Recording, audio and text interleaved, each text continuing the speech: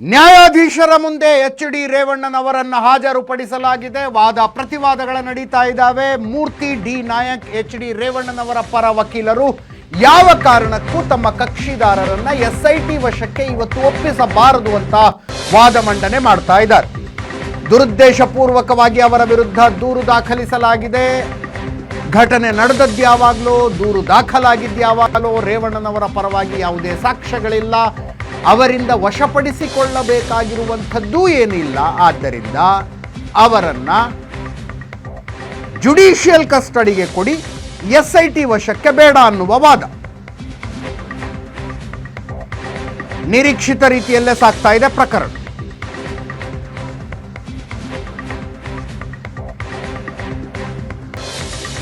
ಕೆಲವೇ ಕ್ಷಣಗಳಲ್ಲಿ ಗೊತ್ತಾಗುತ್ತೆ ಎಚ್.ಡಿ. ರೇವಣ್ಣ ಇವತ್ತು ರಾತ್ರಿ ಜೈಲಿನಲ್ಲಿ ಕಳೀತಾರೋ, ಎಸ್ಐಟಿ ಕಚೇರಿ ಕಳೀತಾರೆ.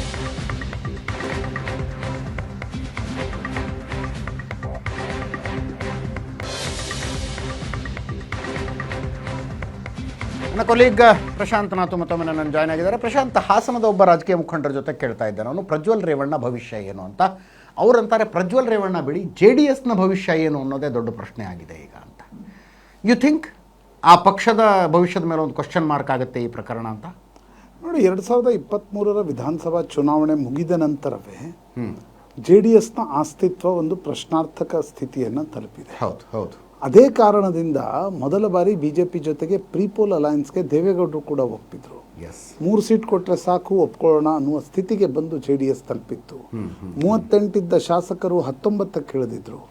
ಆ 19ರಲ್ಲೂ ಕೂಡ 10-12 ಕಾಂಗ್ರೆಸ್ ತೆಗೆದುಕೊಂಡು ಹೋಗುತ್ತೆ. DK ಶಿವಕುಮಾರ್ ಜೊತೆ ಸಂಪರ್ಕದಲ್ಲಿದ್ದಾರೆ ಅನ್ನೋ ಮಾತುಗಳಿದ್ವು.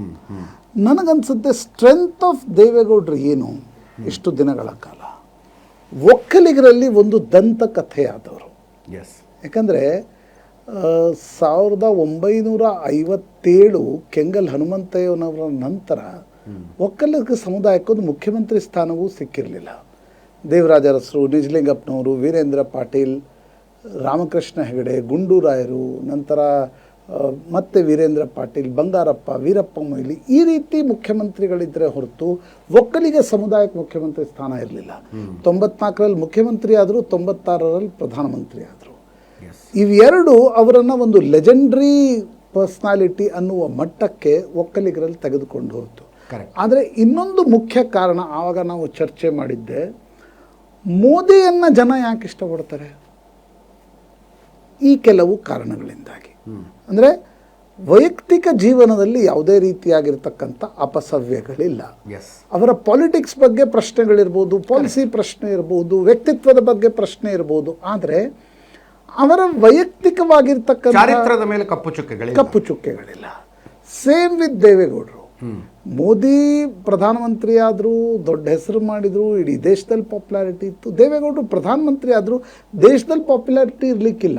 ಆದರೆ ಕರ್ನಾಟಕದಲ್ಲಿ ಒಕ್ಕಲಿಗ ಭಾಗದಲ್ಲಿ ಅವ್ರಿಗೊಂದು ಅಕ್ಸೆಪ್ಟಬಿಲಿಟಿ ಅಂತ ಬಂದಿದ್ದು, ಒಂದು ಅವರ ಹೋರಾಟದ ಮನೋಭಾವ, ಎರಡನೇದು ಅವರ ಚಾರಿತ್ರ್ಯದ ಕಾರಣದಿಂದಾಗಿ. ಯಾರೂ ಅವ್ರ ಹತ್ರ ಬೊಟ್ಟು ಮಾಡಲಿಕ್ಕೆ ಸಾಧ್ಯ ಆಗಿರಲಿಲ್ಲ. ನಾನು ಈಗ ಅದು ತಪ್ಪಾಗತ್ತೆ ಅನ್ನುವ ಕಾರಣಕ್ಕೋಸ್ಕರ ಹೆಸರು ಹೇಳಲಿಕ್ಕೆ ಹೋಗಲ್ಲ. ಅವರ ಸಮಕಾಲೀನ ಬಹುತೇಕ ರಾಜಕಾರಣಿಗಳು ಈ ವೈಯಕ್ತಿಕ ಚಾರಿತ್ರ್ಯದ ಕಾರಣದಿಂದಾಗಿ 5 ವರ್ಷ 10 ವರ್ಷ ಅಧಿಕಾರ ಪಡೆದು ಪಕ್ಕಕ್ಕೆ ಸರಿತಾ ಹೋದರು. ದೇವೇಗೌಡರು ಆ ವೈಯಕ್ತಿಕ ಚಾರಿತ್ರ್ಯ ಗಟ್ಟಿಯಾಗಿ ಇಟ್ಟುಕೊಂಡ ಕಾರಣದಿಂದಾಗಿ ಪಾಲಿಟಿಕ್ಸ್ನಲ್ಲೂ ಬಹುಕಾಲ ಬೆಳೆದರು, ಬಾಳಿದರು. ಪ್ರಾದೇಶಿಕ ಪಕ್ಷವನ್ನು ಕಟ್ಟಿ ಅದನ್ನು ಸುಮಾರು 25 ವರ್ಷಗಳ ಕಾಲ ಜೀವಂತ ಇಟ್ಟು ತೋರಿಸಿದ್ದಾರೆ. ಆದರೆ ಅವರ ಮೊಮ್ಮಗ ಮಾಡಿದ್ದಾನೆ ಅನ್ನಲಾದ ಈ ದೃಶ್ಯಗಳು, ಈ ಕೃತ್ಯಗಳೇನಿವೆ, ಅದು ಒಂದು ದೊಡ್ಡ ಕಳಂಕವನ್ನು ಆ ಕುಟುಂಬಕ್ಕೆ ಹಚ್ಚಿದೆ. ಹಿಂದೆ ಅನೇಕ ಸಣ್ಣ ಪುಟ್ಟ ಘಟನೆಗಳು ಆ ಕುಟುಂಬದಲ್ಲೂ ನಡೆದಿವೆ. ನಾನೀಗ ಅದರ ಪ್ರಸ್ತಾಪ ಮಾಡಲಿಕ್ಕೆ ಹೋಗಲ್ಲ. ಆದರೆ ಅವು ಸಣ್ಣ ಪುಟ್ಟ ಘಟನೆಗಳಾಗಿದ್ವು. ಸರಿಯಪ್ಪ, ವ್ಯಕ್ತಿ ಸ್ವಲ್ಪ 19-20 ಮಾಡ್ತಾನೆ, ಸ್ವಲ್ಪ ಎಡವ್ತಾನೆ, ಮತ್ತು ವಾಪಸ್ ಕರ್ಕೊಂಡು ಬರಬಹುದು ಅನ್ನುವ ತರಹದ ಆ ಒಂದು ಇತ್ತು. ಆದರೆ ಇದು ಏನಿದೆ ಅಲ್ಲ, ಇದು ಸಾರ್ವತ್ರಿಕವಾಗಿ ವಿಡಿಯೋಗಳು ಲೀಕ್ ಆಗಿವೆ. ಇಡೀ ದೇಶದಲ್ಲಿ ದೇವೇಗೌಡರ ಮೊಮ್ಮಗ ರಾಸ್ಲೀಲಾ ಕಾಂಡ್ ಅನ್ನುವ ರೀತಿಯಲ್ಲಿ ಚರ್ಚೆ ಆಗ್ತಾ ಇದೆ. ಒಂದು ಪರ್ಸೆಪ್ಷನ್ ಬಿಲ್ಡ್ ಆಗಿಬಿಟ್ಟಿದೆ. ಇದು ದೇವೇಗೌಡರ ಪಾಲಿಟಿಕ್ಸ್ಗೆ ಮುಂದಿನ ದಿನಗಳಲ್ಲಿ ಯಾವ ರೀತಿಯಾಗಿರ್ತಕ್ಕಂಥ ಸಮಸ್ಯೆಗಳನ್ನು ತಂದೊಡ್ಡುತ್ತೆ ಅಂತಕ್ಕಂಥದ್ದನ್ನು ನೋಡಬೇಕಾಗತ್ತೆ.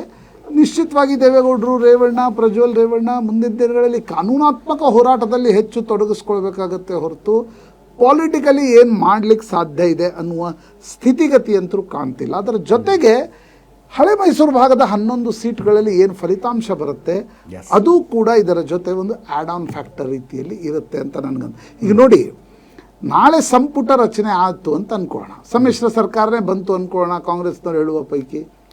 ಇಲ್ಲಪ್ಪ ಮೋದಿ ಜೊತೆ ಒಂದಿಷ್ಟು ಪಕ್ಷಗಳು ಸೇರ್ಕೊಂಡು ಸರ್ಕಾರ ರಚನೆ ಮಾಡುತ್ತೆ, ಲೀಸ್ಟ್ ಪಾಸಿಬಿಲಿಟಿಯಿಂದನೇ ತಗೊಳ್ಳೋಣ. ಆಗ ನೀವು JDSನಿಂದ ಮಂತ್ರಿ ಯಾರಿಗೆ ಮಾಡ್ತೀರಿ ಅನ್ನುವ ಪ್ರಶ್ನೆ ಬರುತ್ತೆ. ಕುಮಾರಸ್ವಾಮಿ ಹೆಸರು ಬಂದರೂ ಕೂಡ ಪ್ರಜ್ವಲ್ ರೇವಣ್ಣ, ದೇವೇಗೌಡ, ರೇವಣ್ಣ ಇದು ಹಾಂಟ್ ಆಗತ್ತೆ. ನೀವು ನೋಡಿ ಆಗಿನ ಕಾಲದಲ್ಲಿ ಏನೇನೆಲ್ಲ ಘಟನೆಗಳು ನಡೀತವೆ ಅಂತಕ್ಕಂಥದ್ದು. ಅವಾಗ BJP ಮತ್ತು JDS ನಡುವೆ ತನ್ನಿಂದ ತಾನೇ ಒಂದು ರಿಫ್ಟ್ ಶುರು ಆಗುತ್ತೆ. ಬರೀ BJP JDS ಅಲ್ಲ, ಕುಮಾರಸ್ವಾಮಿ ರೇವಣ್ಣ ಕುಟುಂಬದ ನಡುವೆ ರಿಫ್ಟ್ ನೋಡಿ ನೇರ ಕಾಣ್ತಾ ಇದೆ. ಹುಬ್ಬಳ್ಳಿಯ ಕುಮಾರಸ್ವಾಮಿ ಅವರ ಪ್ರೆಸ್ ಕಾನ್ಫರೆನ್ಸ್ ಅನ್ನು ನೋಡಿದಾಗ ನನಗೋದಕ್ಕೂ ಸಂಬಂಧ ಇಲ್ಲ, ಆ ಕುಟುಂಬ ಬೇರೆ ನಮ್ಮ ಕುಟುಂಬ ಬೇರೆ ಅನ್ನೋದನ್ನ ಕುಮಾರಸ್ವಾಮಿ ಹೇಳ್ತಾ ಇದ್ದಾರೆ. ಹೀಗಾಗಿ ನಾನಾ ಪ್ರಶ್ನಾರ್ಥಿಕ ಚಿಹ್ನೆಗಳು ಮೂಡ್ತಾ ಇವೆ. ಕುಮಾರಸ್ವಾಮಿ ಕೂಡ ಇದು ಹೇಳ್ತಾ ಇರೋದು BJPಯ ಮುಂದಿನ ಹೆಜ್ಜೆಯನ್ನು ದೃಷ್ಟಿಯಲ್ಲಿಟ್ಕೊಂಡು ಅಂತಕ್ಕಂಥದ್ರ ಬಗ್ಗೆ ಸಂಶಯ ಬೇಡ.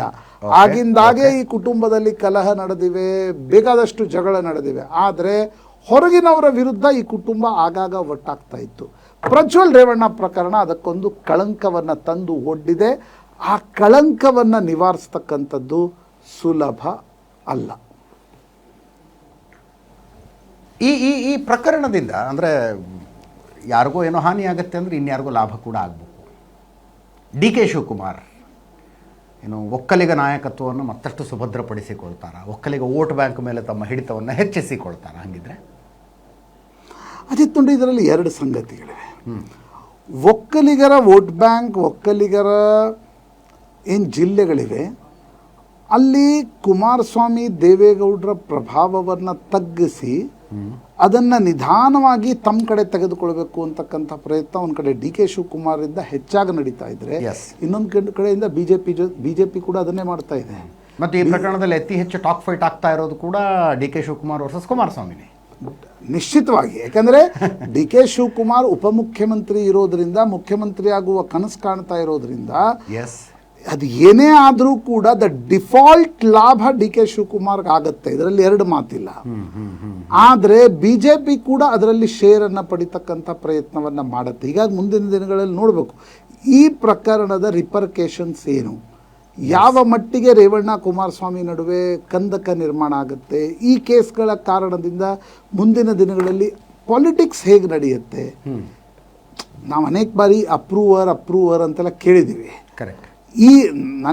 ನನಗೆ ಅಷ್ಟು ಕಾನೂನಿನ ಬಗ್ಗೆ ಅರ್ಥ ಆಗಲ್ಲ. ಆದರೆ ಮುಂದಿನ ದಿನಗಳಲ್ಲಿ ಈ ಕೇಸ್ನ ಕುಣಿಕೆ ಬಿಗಿಯಾಗ್ತಾ ಹೋದಂತೆ ಹಾಸನ ಜಿಲ್ಲೆಯಲ್ಲಿ ಕಾಂಗ್ರೆಸ್ ಪ್ರಬಲವಾಗ್ತಾ ಸಾಗತ್ತಾ? ರೇವಣ್ಣ ಮತ್ತು ಪ್ರಜ್ವಲ್ ರೇವಣ್ಣ ಸರಿ, ಈ ಕೇಸ್ನಲ್ಲಿ ಕುಣಿಕೆಯನ್ನು ಬಿಗಿ ಮಾಡಬೇಡಿ, ನಾವು ಪೊಲಿಟಿಕಲಿ ಮಾರ್ಜಿನಲೈಸ್ ಆಗ್ತಾ ಹೋಗ್ತೀವಿ ಅಂತ ಇದೆಲ್ಲವೂ ನಡೆಯುತ್ತೆ ರಾಜಕಾರಣದಲ್ಲಿ. ನಾನು ಈಗಲೇ ಅದನ್ನು ಎಲ್ಲವೂ ಆದರೆ ಇದೆಲ್ಲವೂ ಮುಂದೆ ನಡೆಯುತ್ತೆ. ಆಗ ಕುಮಾರಸ್ವಾಮಿ ಏನು ಮಾಡ್ತಾರೆ?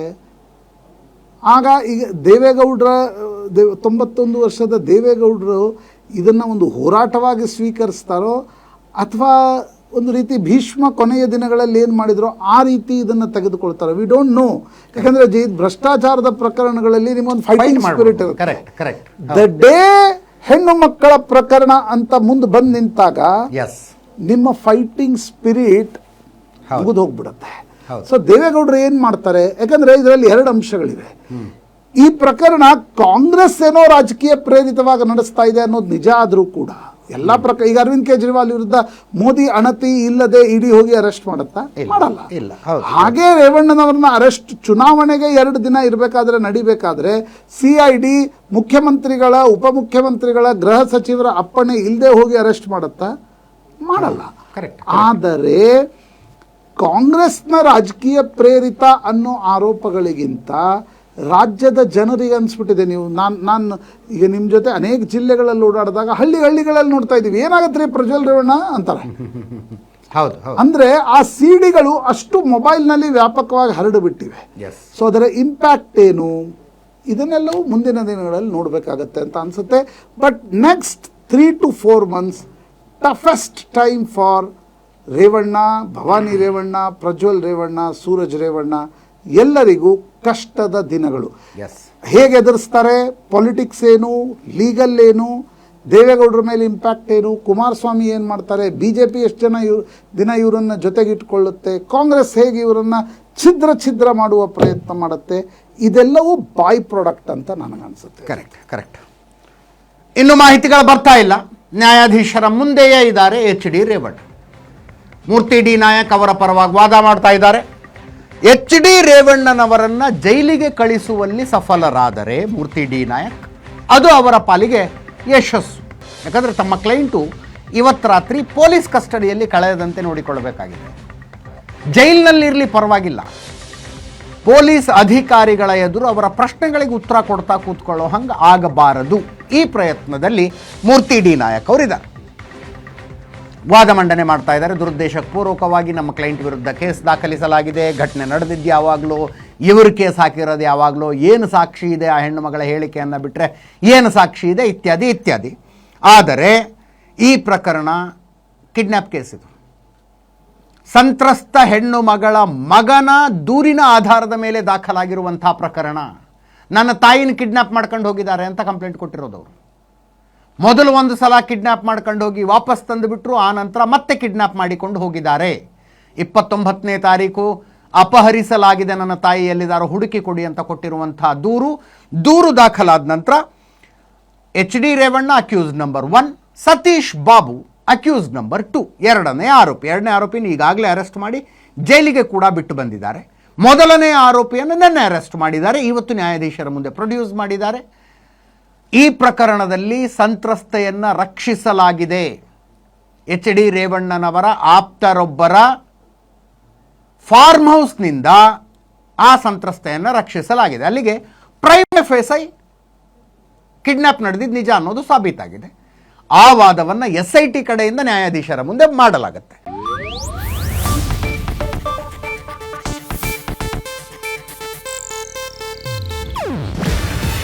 ಇದು ಏಷ್ಯಾನೆಟ್ ನ್ಯೂಸ್ ನೆಟ್ವರ್ಕ್ ಪ್ರಸ್ತುತಿ. ನೀವು ನೋಡ್ತಿದ್ದೀರಾ ಏಷ್ಯಾನೆಟ್ ಸುವರ್ಣ ನ್ಯೂಸ್.